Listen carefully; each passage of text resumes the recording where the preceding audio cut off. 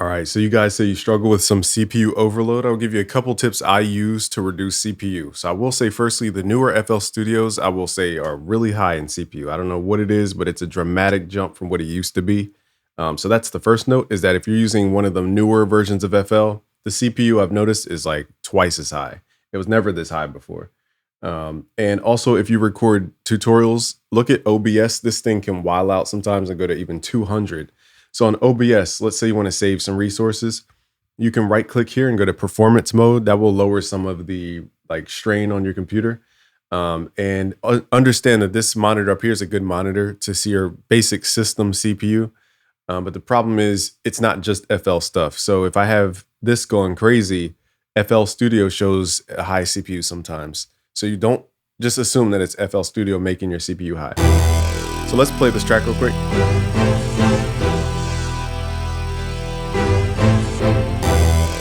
So firstly, just understand that some plugins are CPU intensive. Like for example, Xenology, heavy on the CPU.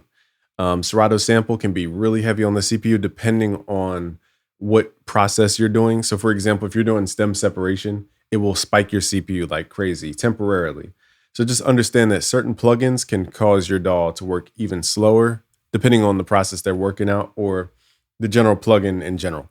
Like there's some mixing plugins that the reason people use stock stuff is because it's lighter on the CPU. So third-party stuff, if you notice the CPU going crazy, it's probably the third-party plugin. Like I know for sure, there's this company called Gold Clip. They have one of the coolest clippers I've heard.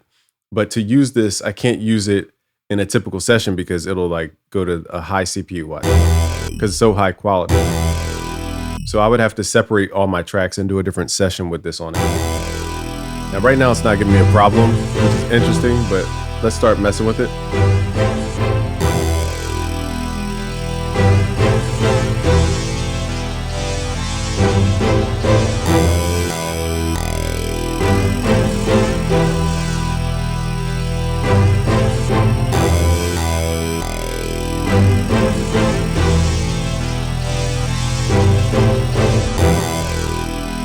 All right, so I'm actually surprised they didn't mess with it. But if you look at the CPU, as the track's playing, it says somewhere around 40. If we turn that off, it goes to about 25. So it eats up a significant amount of CPU. Just understand that some plugins are just CPU heavy.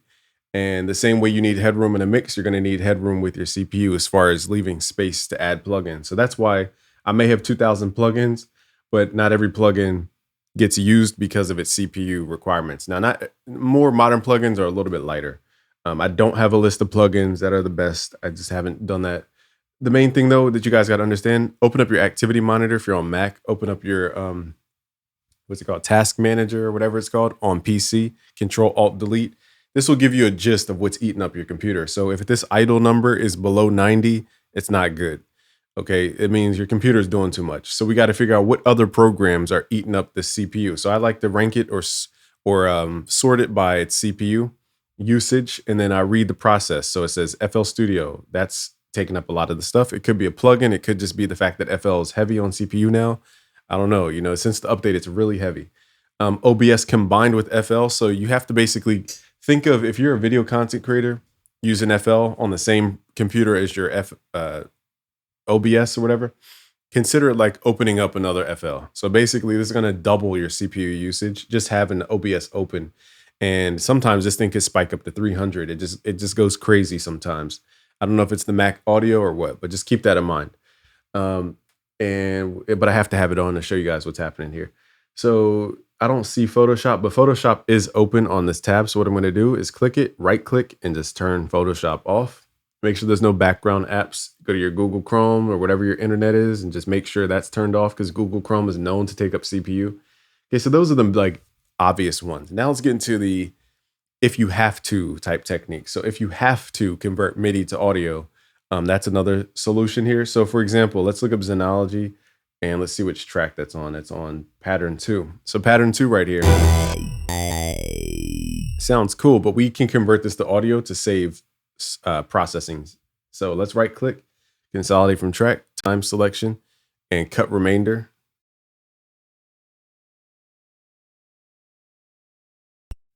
Okay, so now what we can do is now go back to the channel rack up here, click here, go to all, and right click and replace this with something super light like a sampler in FL Studio. So this way you keep your MIDI and you can rename it so that you could always pull that back up. So we'll say Xenology, whatever the preset was, AEIO bass. So now even though you don't have Xenology open, you could have it as a reference to say, here's where you would put that preset. So that way you're saving the space, and now you still have the audio. And we saved about 8 CPU or so, turning that plugin off. And we get the same sound pretty much.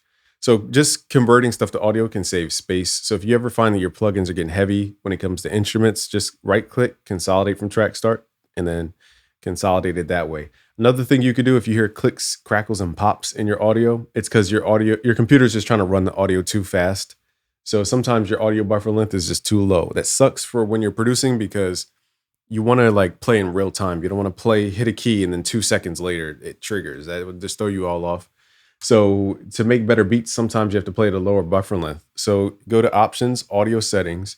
I like to keep mine around 128 because I'm recording video. If you're not recording video, I'd say 88 is a safe number to start. And, once you start adding plugins and getting into the mixing stage, you want to up this to about 1,000 or more. And that will give you enough time for the system to process the audio. So it won't get as many clicks and pops. So you see we went from 21 to 7. From the idle state.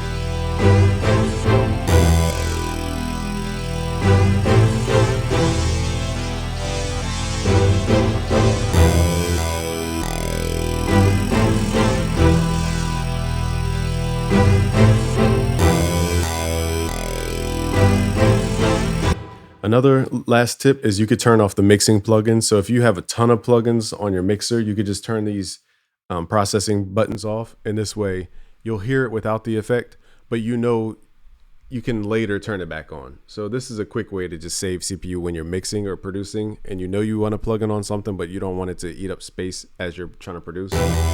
You could just turn off the plugin chain, and then when you're ready to mix, up your buffer length and then turn these back on. So that's how I save CPU. As you see, we went from about 60 to 7 CPU. And let me see, when I've hit play, I think it's about 60 to 30. So it's about 50% CPU saved.